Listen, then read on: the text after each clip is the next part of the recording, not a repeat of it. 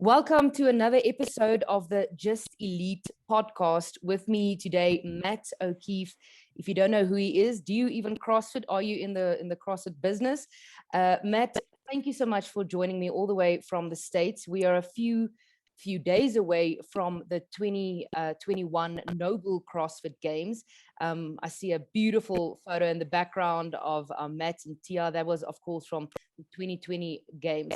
Before we get to the 2021 games, tell us about yourself, just briefly how you got into the fitness business. Your parents had a dealership, or you had a family dealership. You sold insurance, if I remember correctly. So how did all this come together that you now, I mean, you're one of the big names in our sport? Well, first off, thanks for having me, and and thanks for that cool introduction. Maybe you should be my hype person. I like that. Yeah, it's been an awesome journey. I've been quite reflective of late, particularly with Matt's retirement. We never really spent a whole lot of time stepping back, and we were always, especially with my work with Matt, we were always like very aware of making sure that we were recognizing the moments and the accomplishments and really being present, I guess is the best way to describe it, but never like doing a whole lot of stepping back and being like, damn, like look at where we were and where we've come together, specifically with he and I together, and because our paths like really have run all very parallel, right? I've always said often when people do ask me about my journey in the space, I'm very grateful for my opportunity to have met and worked with him through all this, because certainly that was my start from where for what my path took and where I am today.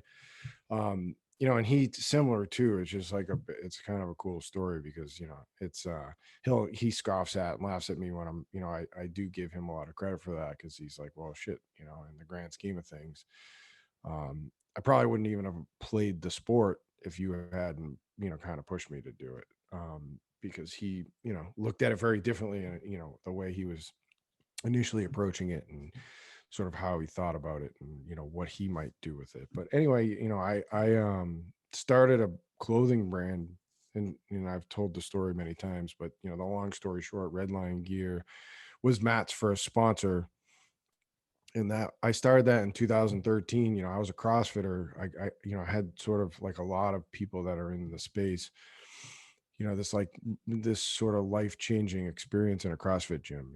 I played university sports and worked out to be better at sport my whole life.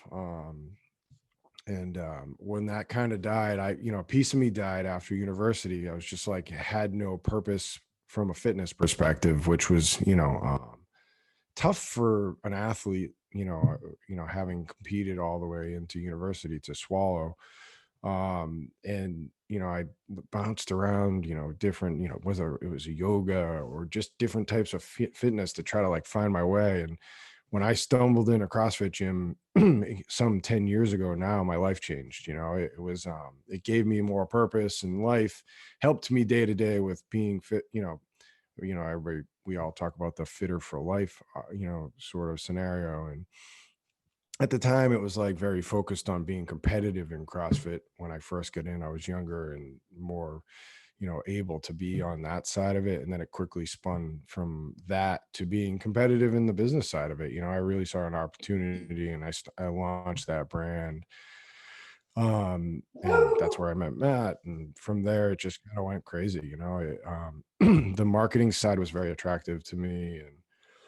And I really enjoy brand building, and I've always wanted to and been attracted to the agent management side of the whole sports world. It was just like something that I don't have mentors and friends that do it. And I took the opportunity quickly after starting Redline to be on the advisory side with Matt particularly, but other athletes, as my work with him played out more and more and more. So Yeah, it's been a wild journey. Honestly, if anybody had ever like put in front of me where I sit today and the whole ecosystem and what I've been able to do with athletes and brands and events, I would have laughed uncontrollably and said somebody was insanely crazy that I'd be kind of where I am today in this whole thing. And it's been fun and a lot of hard work from a lot of people that have believed in things that I've attached myself to, and been willing to do a lot of hard, crazy work because this has been this just insane startup space for years, and startups require a lot of sleepless nights and a lot of weekend work, and it's been wild and fun, and I'm really having blast still today. I love what I do. I don't really feel like I work, and it's still growing at a wild pace, which is really cool to be a part of. So Mm. sorry for that long-winded answer, but No, that's amazing. I've I said prefer that. yeah. Yeah. So anyway, but yeah, I've had it's interviews where it's just yes, no, and you don't want that. So you won't get that from me. It's today we're we just finished operating our we own two events that were semifinal events in the CrossFit season, the West Coast Classic and Granite Games, and we've got a ton of work coming up at the CrossFit Games with brands. We're working with Noble and GoWad and some other brands on their activations, and how they'll market on site at the events, retail and just activation based stuff. And then we're getting ready for Wodapalooza, which is, honestly, you know, so exciting after missing it last year. It's, it was good. It was a good year it's never terrible to have a year to sort of recoup and recover and, retool something of that magnitude. It was sad to not execute it though. So I'm really pumped about January. um I want to I wanted to wait with the Waterpalooza, but let's continue on that.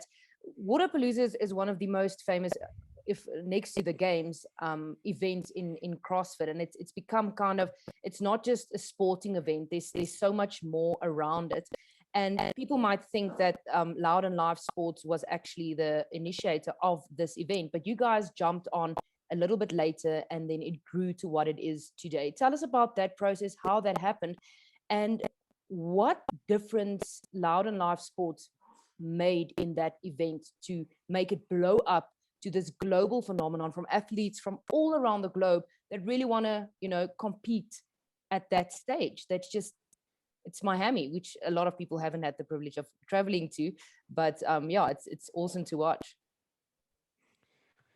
Yeah, those are, all really good questions and points. Like it's yeah, the sort of timeline on that is in 2000, sometime in like 2017. The founders of the agency that that I now work with and that I'm partnered with, stumbled upon a really cool, what they thought was a cultural fitness experience in downtown Miami that was really on brand.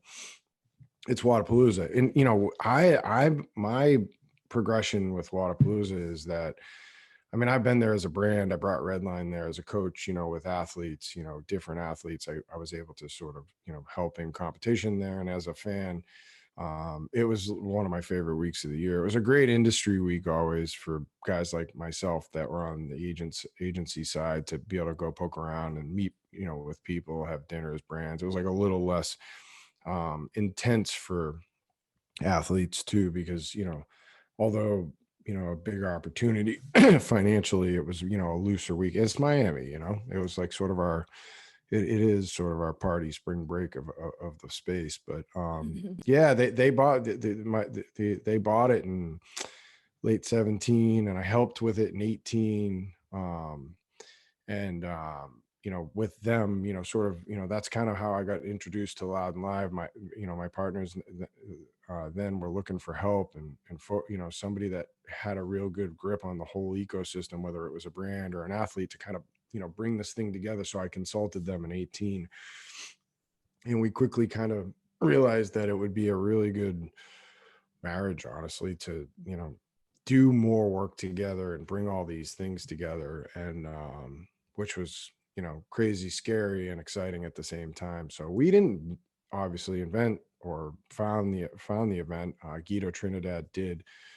And it was, I mean, what he built, and with sort of his, where he's sitting in the world, he's an affiliate owner that built this massive, amazing brand and phenomenon in Miami. And you know what, quite frankly, like, even, and I'd say, like, there's even an evolution to what we're doing and I'm doing with the event. My role at this point, is, and what we continue to do year over, is bring people and partners in that can help us grow, right? I don't have all the answers, nor did Guido, right? And at that point, he did the right thing by Waterpalooza and partnered with Loudoun Live. And he's on to bigger and better things in his life, that he's more focused on. He's running Faith RX now. That was a great move for him, and he's been a great friend of ours moving forward too. And he's someone that we can bounce things off of, because I tell you what, like, when it comes to Wodapalooza, between him and Dylan, who is still a part of my team, Dylan Molitsky, who's a legend in the space that nobody, not nobody, a lot of people don't know about. He's been with Waterpalooza from the beginning. He was an MC. He was the voice of the games for years. But when it comes to the brand, they're those guys are the godfathers of it, right? So it's like, to be able to call Guido and say, "Hey, dude, like, what do you think of this?" Because you are, like, I mean, you and listeners can relate. It would be, when you birth something like a brand like that, I mean, you own it. Like, nobody can understand each, fiber of it better than the person that finds it, or founds it. So yeah, I mean, he's been an incredible resource for me and friend to help, and he cares so deeply about its community and growth, and what we've been able to do with it, I think, is great. Like, we've been able to add to the experience, enhance the experience, and we have all these buckets we think, that are most important to focus on, whether it's spectators, partners, athletes, and volunteers. They're all equally important in this whole thing. And how a volunteer runs through these days, and works the event and participates with the event, how an athlete runs through those things are super important. And we took each of those pieces, and including spectators and partners, and said, how can we, every year, make sure we improve those things, their experience, and how they run through the event, and what they get. Like, in the end, the most beautiful piece of Waterpalooza is that all those components, those 4 components, don't necessarily look at what's in it for them, but for me, it is what's in it for them. How can we make sure that they get a lot of value for what they've invested in us, whether it is financial or time. Those people should be getting a huge value. And that's who we are as an agency. That's who I have been as a business person my whole life. And I want to over deliver to people, no matter what it is, whether they're working with us or they're buying something from us, right? So that's where I think we've done a really good job. And it's blown up over the last couple of years. It's been fascinating. We'll sit around and try to figure out how we build a bigger boat, to host people at. And it's the only miss we have, I think, every year, is just not building a big enough venue, or seating solutions for people to be able to sit in. And I know that, and we were trying to build it bigger and better this year, so we can accept all those people that want to be there. But that piece would be like the only sort of sore spot for me, because I just honestly, you couldn't even predict what happened last year or the year before in terms of how many people attended. But I will over predict this year, just to make sure that we're ready for that. But yeah, it's an evolution. And I think, like, the next stages of it is just, it's thinking insanely big, and, being, a steward of this community and this brand, requires that. And me, people like myself, not, holding it back, stepping back, and adding, people and things to it that make a lot of sense for, what it could be and should be moving forward. And I think this can be the biggest fitness festival in the history of fitness. I truly believe that. And I, I believe that we can and will do that. I think of events like the Arnold, and I think of what we have in Miami, and it's like, man, we can do that. The Arnold has a couple 100,000 people a day go through it, and I think we can do that. Honestly, it's just and it's so cool and on brand. So we're gonna add events to it and continue to grow. Like, I want people to weight lift at it. I want people to power lift. I want strongman to come. I want people to run a road race. I don't, eventually down the line, like, it could be any sport. Maybe it's a 3-on-3 basketball tournament. Like, it doesn't matter what it, like, I just want it to be, the biggest platform for activity there is in the world. I mean, Guido and his team, obviously, the base of what you guys took over was already, absolutely amazing. I remember from my starting days of CrossFit years ago, remembering the name, before social media was so big and so on. So it's also a big responsibility to take a really established brand like that and making it your own, keeping what they already created, but still making it your own. What is it about Waterpalooza that makes it so special and makes it so fantastic that people, it's a festival of fitness. It's not just a competition. It's not just we're going to train hard and compete.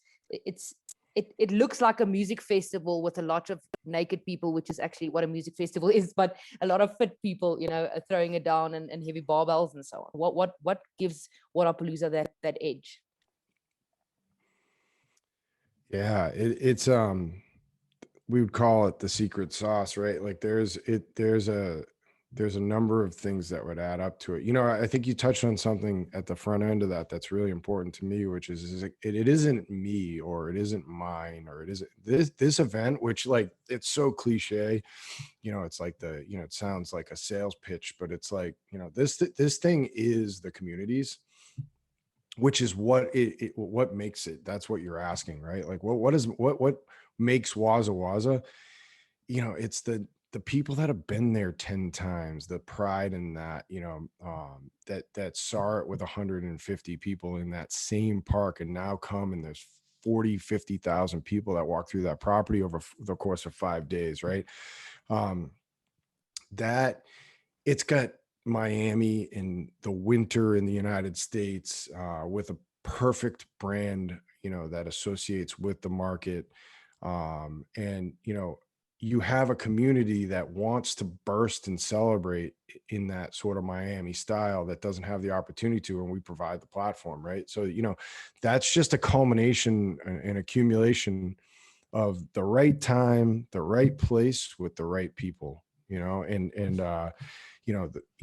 it's, the right people that helped start it and now facilitate it, to the people that attend it on an annual basis.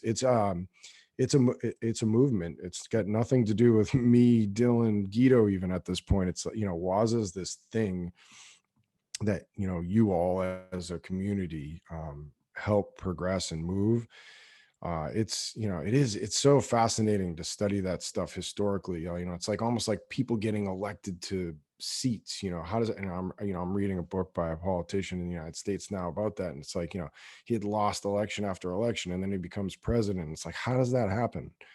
Who knows? You said the right thing once, and like, people get attract to you and associate with you, and you speak to the the consumer or the voter, whatever it is. And yeah, I think that this is like something that really spoke to our space, at the right time, and in the right place on the calendar. And it's just, it's such a badass event, and it's a badass community that, I think there's for years, people watched it play out through social media and created a lot of FOMO because of, it was, Miami in January. And so, yeah, those things, it's just, when, what it is, and the people associated with it have just, added up to this just undeniable force. And it's really fun to be a part of. When you look at Wodapalooza and the two sanctionals that Loudoun Live also has, is it possible to replicate that? Because it's Wodapalooza, it's a festival, it's not necessarily a sanctional, which is obviously a lot more serious. That's the last phase before you actually make it to the game. So the energy is different. But is it possible to replicate something like that and just even inject a little bit of that spark into something like the Granite Games? Yeah, it's an awesome question. And it's really the spirit of kind of where we're trying to go with each individual event that we're a part of, right? We bought Granite Games because we saw the potential for it to look a lot like what we do in Miami, but in a different fashion. And we're working towards that. I think the move to Minneapolis was a first good step, because it was in a very small community, a couple hours outside of Minneapolis. But that community is vibrant and healthy. It's a 10-year event. It's a real legacy global event. And I'd tell you, like, we're with those events, and then you mentioned West Coast Classic. I believe right now today the move is on with West Coast Classic already. I think that event, we were so excited to execute that event in a historic venue and location in Del Mar.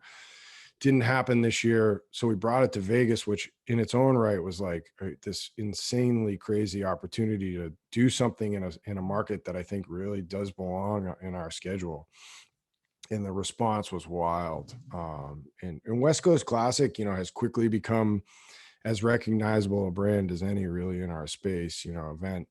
And I see that, in the next, couple of years, starting to look and feel a lot like, on brand for that and that Western community, a lot like Wodapalooza.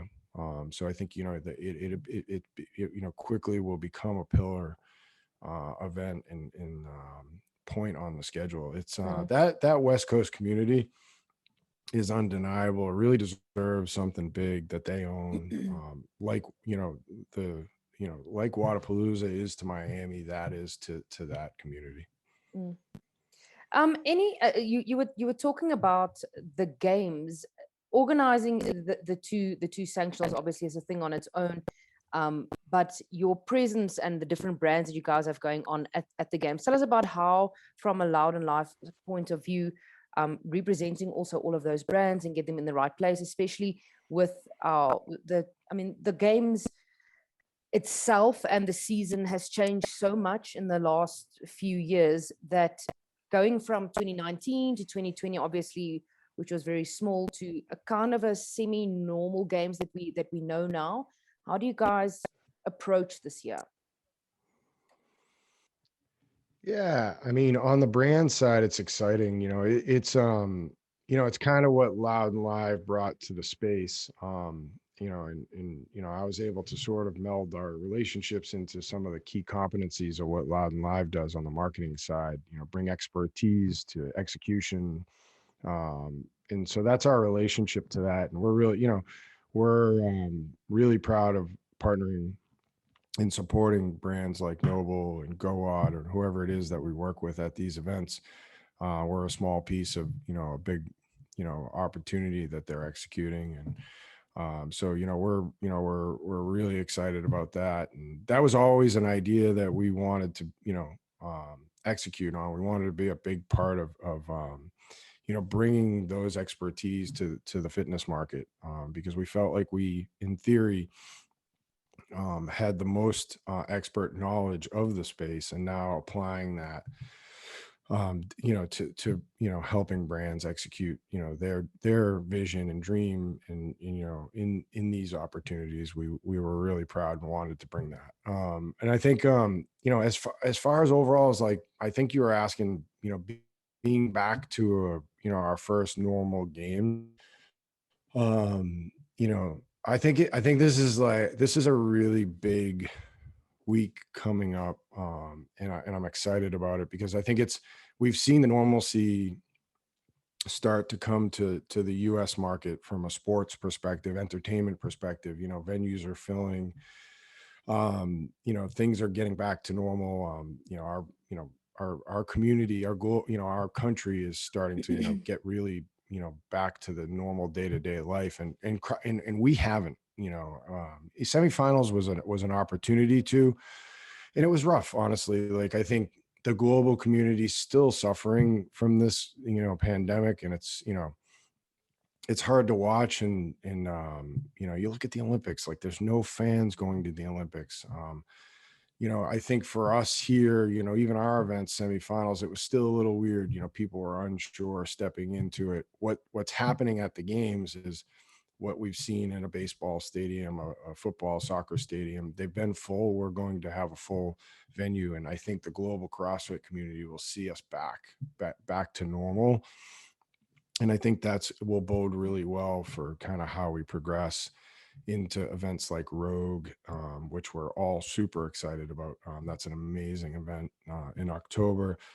And then other events after, Wodapalooza, Dubai, whatever those events are, I think people will be ready to, get back and attend that type of stuff. It's been interesting, honestly. What we'll see is this, celebration, and we're back. It's been really hard, right? A lot of international athletes have had a hard time finding their way to the United States to compete. CrossFit did a really good job getting our government to accept CrossFit as a market sport, so that those kids could have their exemptions to get in. But yeah, which is, I think, the biggest step here, right? It's like being globally recognized by our government so that people can come in from external to compete. But yeah, I'm excited. I'm excited for that event to be executed to its fullest form, so that people see that, all right, our space is now getting back to a little bit of normal. Yeah, it's great to hear that there is some normalcy returning to some spaces, some spots in the world. South Africa, not so much. We in level 4 lockdown. It's the cases are very bad here, so we still are far away from having some normalcy. And you see, the Russian athletes that had to withdraw from the games. You were talking about how the US is opening up, to different athletes around the world, but there are still obviously a lot of countries and their athletes that are battling to make it to the games. And that's very sad, but at least, our new normal is something that we can live with, looking into the future. You talk about all the relationships and with the different brands and the events, Rogue and Waterpalooza, your event, but the games as well, and all these brands that you guys represent and help. But the saying goes, it's not personal, it's just business. But that's not how you do business. You've mentioned that the people that you do business, it's personal, it's friendships, and friendships that turn into family. And that's a different way to look at business. But I mean, it's worked pretty well for yourself, for you over the years. Yeah. Thanks for recognizing that. And I think I've said it many times that I buy into and live and feel, and that business is personal. I don't buy that whole, like, that's that, like, cookie cutter business world is it's not personal, it's business. Like, I don't know. I grew up in I was very fortunate. You mentioned on the forefront, I was in a family business, and it was personal. My father taught me that, our customers were personal to us, that, we were in the car business, and, I just I don't know any different, really. So it was kind of how I grew up, and I watched him be very successful in his business life that way. And, yeah, there's not all there's obviously some bad with the good when things are personal, but I'll tell you what, like, my experience is that, personal works, because, if you care, it's just the word care kind of comes into play. Like, the more you care for people you work with and work for, I think the better job you do. So, we buy into that as an organization. And I think I think our space really buys into that, that business is really personal. Rogue does, Noble does, any of these businesses that are very endemic to our space, I would characterize them all as, things are very personal for them in the most positive manner. Do you think it's got a lot to do with our sport of fitness? Because you mentioned big names, companies, brands that well-known brands in CrossFit. But is it the community aspect of it that also plays a role? Yeah, I think it's it's interesting. The more, um community-based business is not a new phenomenon, right? Like I think we've got one of the most thriving, best case studies on that, right? Like I think it's this incredibly passionate community, um, very engaged, and it is fascinating to a lot of people external that kind of look into it and see the engagement, the analytics, if you start to get down to numbers and just kind of how this community operates and day to day and how these businesses thrive. Yeah, that the community, like, that name gets tossed around a lot, and I think there's a lot of recognition externally now to how we sort of process that.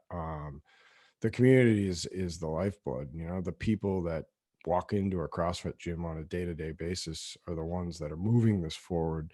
The affiliate owner, all these micro communities that now live within the space, whether it's a training program digitally, whether it's a gym owner, whether it's a brand, there's so much passion in the space that that truly is what continues to help this thing snowball, grow, thrive. So yeah, that it's undeniable. I've done work in other sports of late, and I grew up a golfer. It's a sport I've always just kind of done, competed in or enjoyed. And it's funny, my experience in golf now is analogous to this. That community is very similar, in how it engages, and the pride that they have in their sport and in its community. So it's really amazing. That piece of what we have and do, is something that is hard to duplicate. Honestly, that's the movement, right? That people, it's anybody that on a day-to-day basis chooses to walk into the gym. Absolutely. You mentioned the different sports that you've been exposed to, golf, and your experience with CrossFit for many, many years now, coming in as an agent, looking at where professional athletes are at the moment. You've got a lot of big names that you represent. What would you say is missing from the space for support for athletes? I'm not talking about your big names. Obviously, that you have your tier on your mat where the sponsors fall over their feet to represent these athletes. But for the other athletes, is there something that you would suggest, or do you feel that that's missing and needs to come into the space? Yeah, I mean, we're making constant progress. I'd like always it to be faster than that, but I think that helps it thrive, right? Like that, lack of acceptance, and always wanting to grow. But yeah, I mean, the progress, for us to continue to grow, is helping continue to support these events, and more importantly the athletes. I think it's that group, all the way down to the amateur, I would say. And got people like us that would want to compete at an event like Waterpalooza, because those events have thousands of participants. It's just continuing to build great experiences, business people being more and more involved in things, those platforms. But supporting athletes, helping the middle class rise in the athlete pool, right? Allowing more and more people to train on a daily basis professionally. And it's a challenge, right? It's not that those are just those are, nobody's holding that back intentionally, is the point. Like those things need to progress, and brands want that to progress, the sport wants it to progress, CrossFit headquarters, and so do organizers like myself. And then in the end, it's just engagement helps that, right? In the end, it's people attending events, people continuing to engage those brands, and networks, social, and whether they're TV networks, whatever it is, platforms engaging it. But we're making a ton of progress. there's a lot of great things going on, and it's, people like myself continuing to advocate and help and find ways to continue to support deeper that athlete pool. So I think that's it. I wouldn't even say it's missing. It's just, that's the piece that we have to work hardest at over the next 5 years, and, what this looks like in 5 years, is going to, be heavily predicated on, all of us, whether it's an event organizer, an agent, a brand, that the governing body, working really hard to move the needle forward, reinvesting back in the athlete, because the athlete, and their ability to get better, be extraordinary, so people want to watch, is the answer to growing. And it's a young sport. I think we sometimes forget that how we're still actually in the beginning stages, even though we've been around and things have happened so fast.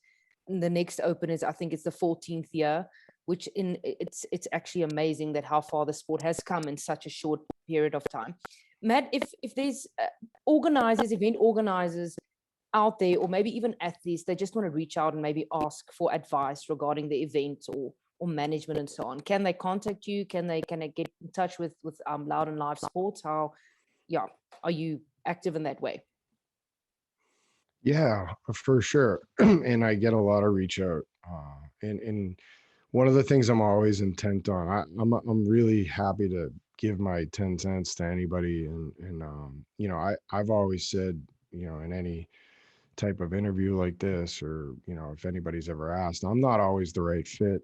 I can't work with everybody, but I always, there's an answer there. There's a lot of people like me that do what I do. And, we're all friends, because we all know that we have a bigger job to do to help grow the space. So I'm happy to point people in the right direction. But yeah, people can email me, mokeefe@loudlive.com, or you can DM me on Instagram. I do my best to keep up with that stuff.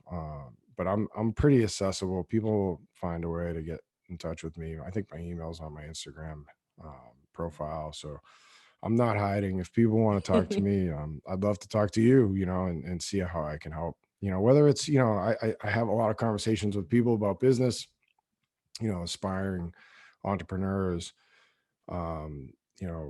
people that, would love to work, in our system as well. And then athletes, we're always happy to give people some support and help direct them on their, pursuit to be better and become a top end athlete. This will be the first year that in 7 years that Mat Fraser won't be gracing us with his presence at the game. So the podium is going to see a new gold medalist at the top of it. Who are you keeping your eyes on for on the men's side, and then of course on the women's side for this year? Yeah, it's a good question. It's bittersweet, right? For me personally, like I've been, Matt, I always call myself Matt's caddy for the last 7 years at the games. So it'll be a different year. I'm really proud for him that, he's been able to take that step. It was the right time for him, the right decision. And what, I think that it's, there's some excitement around the guys' side, obviously, because I don't think anybody could predict who's going to win the games this year. And I think there's a lot of guys that have a chance to. There's probably, 5 to 7 athletes that I would say are real contenders to win the CrossFit Games this year, which is really exciting, right? I thought it was incredibly exciting to watch Matt dominate. Maybe I'm unique in that because of the position I sat in, but I will miss that. But yeah, there's, there's a ton of guys, you have, all these guys that have been around a while, like Cole and Brent and Pat and BKG and Noah. And there's new guys like, Jason Hopper and Justin Medeiros that have real chances. All those guys there. I mean, that's 7, and I'm sure I'm missing some guys that have a chance. When you have a field of people that, what Matt did was, when he started the CrossFit Games, I think, because he worked so hard to be buttoned up, I don't think there was ever anything that was going to put him in a position where he was going to finish, 20th in an event. We very rarely ever saw that from him at the CrossFit Games. So, he was going to accumulate this, set of work that was going to be all top 10 finishes. And that's really hard to beat. You essentially have to go then be perfect, right? You can't finish outside the top 10 in an event and compete with a guy like that. I think that anybody that, I mentioned, or anybody in the field, is essentially probably going to have that type of an event at the CrossFit Games where they finish 20th. It's a near impossibility with the eliteness of the sport to not have an event that, you're probably, a little more mediocre comparatively to the field in, right? So will create excitement on the leaderboard. If somebody in first finishes 20th, that shakes the leaderboard up, which is something we didn't see as much of, in the past. You did a little earlier in Matt's career. And on the women's side, it's tough to see how somebody accumulates against what Tia does comparatively to what I just described with Matt, right? Tia is not going to finish outside the top 10 in a workout, really. So that's really hard, but there's players on that side that have won multiple CrossFit Games, like Katrin and Annie, who's back. So how cool is it that Annie had a baby and is going to be there? Cara Saunders is going to be there after having a baby. But yeah, I mean, it should be really, it's funny. What's interesting is, like, every year I went to the games with Matt, and somehow every year it was, it became antsy, and then it would play out, and Matt would, lengthen this margin of victory. And, it would be, so obvious after the fact how far he was ahead. But I'll tell you, for those, it's what makes Tia great. It's what makes Matt great, is that going into it, that's not assumed and or given, right? Which, creates some excitement leading up, right? So I think it's going to be an incredible games. It'll be a little different, obviously, from my perspective, but nobody cares about that. I'll have fun nonetheless. No, that's not true. Matt's That's going, you're here for a reason. We care what you think. Yeah, Matt's going to the games in a very different capacity this year, which will be fun. He's excited. He's gonna do some stuff at a gym offsite where people can come and train with him and experience his program, HWPO, and he'll be doing some appearances on site for Rogue and just be milling around. I think being accessible. I think the one downside for fans were that they've never really got to engage Matt at the CrossFit Games because he was so focused on one thing. And this year he'll be very present. So it'll be, anybody going to the games, it should be really exciting. Matt will be around. You won't have a hard time, being able to spend a second with him and take a photo. That's his intent.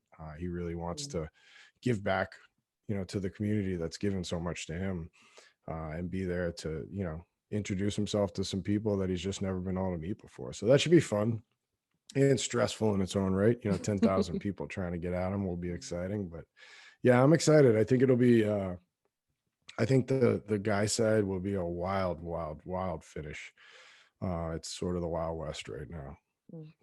Yeah, I think, I don't think we'll talk about CrossFit and not mention Matt's name ever again. I think since he started collecting his gold medals 5 years ago or 6 years ago now, that his name will always appear and it will be a very, very long time on the men's side before anybody does what he did ever again, if it is ever achieved ever again. Exciting to watch Tia. I believe that she will be on top of the podium again for the 5th year. Very exciting. But yeah, as you said, it's going to be an interesting game, a different games. And I think athletes that, like you mentioned, Pat Vellner, Brent Fikowski, that they haven't had the chance to actually be in person competition since 2019, actually, before the world closed down. So I think it's going to be exciting and stressful at the same time for whole different reasons. Matt, I want to thank some of that group that you're mentioning. Can you hear me? Yeah. Sorry.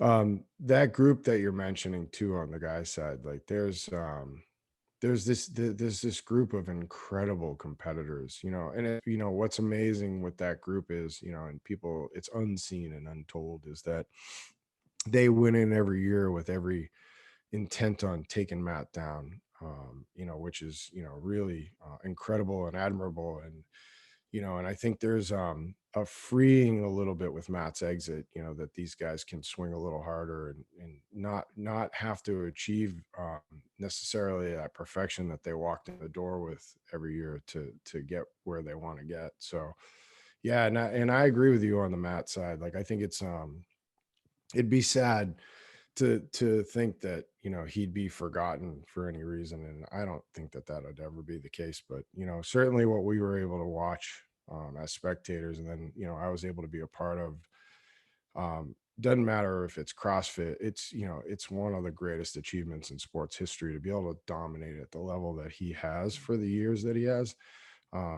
Is something that people need to recognize and remember.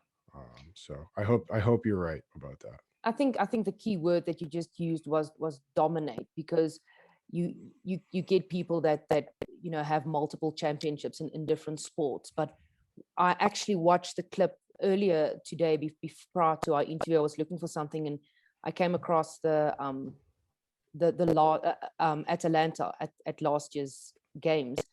And I mean, he won 10 from of the 12 events. Exactly. There we go, right behind you. I was actually looking at that, but the commentator, I can't remember who it was, I apologize, but said that he, just reiterated that he won 10 out of the 12 events, and what he did, just not with this final stage, but with the first stage as well, the dominance and what he did, and that he was untouchable for a lot of years. And I think Noah giving him a run in 2019 was also very exciting to see.